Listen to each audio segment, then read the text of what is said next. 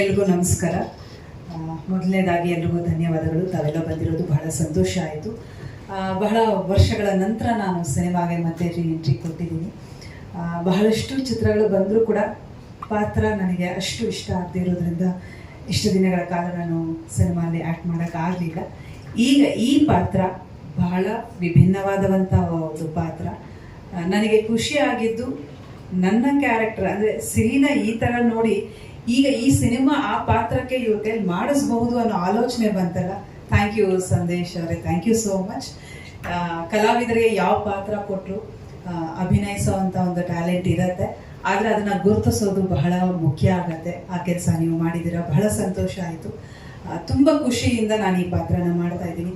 ಆಗಲೇ ನೀವು ಹೇಳ್ಬಿಟ್ರಿ, ಈಗ ಹೇಳೋಕೆ ನಮಗಿರೋದು ಒಂದು 2-3 ಲೈನ್. ಈಗ ಇನ್ನೂ ಸ್ಟಾರ್ಟಿಂಗಲ್ಲಿರೋದ್ರಿಂದ ವಿಭಿನ್ನವಾದ ಪಾತ್ರ, ನಾನು ಇಷ್ಟು ವರ್ಷಗಳಿಂದ ಯಾವುದೋ ಆ ಥರ ಪಾತ್ರನೇ ಮಾಡಿಲ್ಲ ಅಂತ ಅದನ್ನು ಆಲ್ರೆಡಿ ಅವ್ರು ಹೇಳ್ಬಿಟ್ಟಿದ್ದಾರೆ.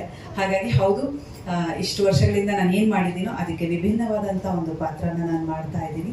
ಹಾಗೆ ನನ್ನ ಕಾಸ್ಟ್ಯೂಮ್ ಕೂಡ ಒಂದು ಡಿಫ್ರೆಂಟ್ ಆದಂಥ ಒಂದು ಕಾಸ್ಟ್ಯೂಮ್ ಇರುತ್ತೆ ಸಿನಿಮಾ ಅಲ್ಲಿ. ಸದ್ಯಕ್ಕೆ ಈಗ ನಾನು ಇಷ್ಟೇ ಹೇಳಬಲ್ಲೆ ಪಾತ್ರದ ಬಗ್ಗೆ. ನನಗಂತೂ ತುಂಬ ಖುಷಿಯಾಗಿದೆ ಈ ಪಾತ್ರ ಮಾಡೋದು. ಬಹುಶಃ ನನ್ನ ಅಭಿಮಾನಿಗಳಿಗೆ, ವೀಕ್ಷಕರಿಗೆ ಹಾಗೂ ನಿಮ್ಮೆಲ್ರಿಗೂ ಈ ಪಾತ್ರ ಒಂದು ಇಷ್ಟ ಆಗಲಿ, ಹತ್ರ ಆಗಲಿ ಅಂತ ನಾನು ಭಾವಿಸ್ತೀನಿ. ಹಾಗೆ ಕೋಮಲ್ ಸರ್ ಜೊತೆಗೆ ನನ್ನ ಮೊದಲನೆಯ ಸಿನಿಮಾ ಅವ್ರ ಜೊತೆಗೆ, ಜಗ್ಗೇಶ್ ಸರ್ ಜೊತೆಗೆ ಚೈಲ್ಡ್ ಆರ್ಟಿಸ್ಟ್ ಆಗಿದ್ದಾಗ ನಾನು ಅವ್ರ ಜೊತೆಗೆ ಅಭಿನಯಿಸಿದ್ದೆ, ಹಠಮಾರಿ ಹೆಣ್ಣು ಕಿಲಾಡಿ ಗಂಡು ಅಂತ.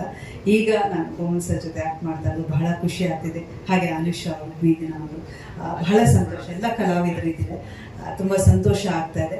ಚಿತ್ರ ನಿಜವಾಗ್ಲೂ ಒಂದು ಒಳ್ಳೆಯ ಚಿತ್ರ ಆಗಿ ಮೂಡಿ ಬರಲಿ, ಯಾಕೆಂದರೆ ಒಂದು ವಿಭಿನ್ನವಾದಂಥ ಒಂದು ಪ್ರಯತ್ನ ಇದು.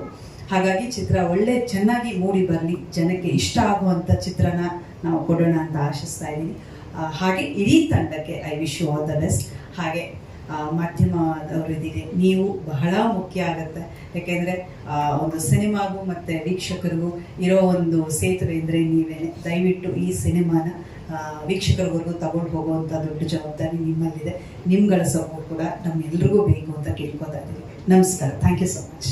Thank you so much cinema.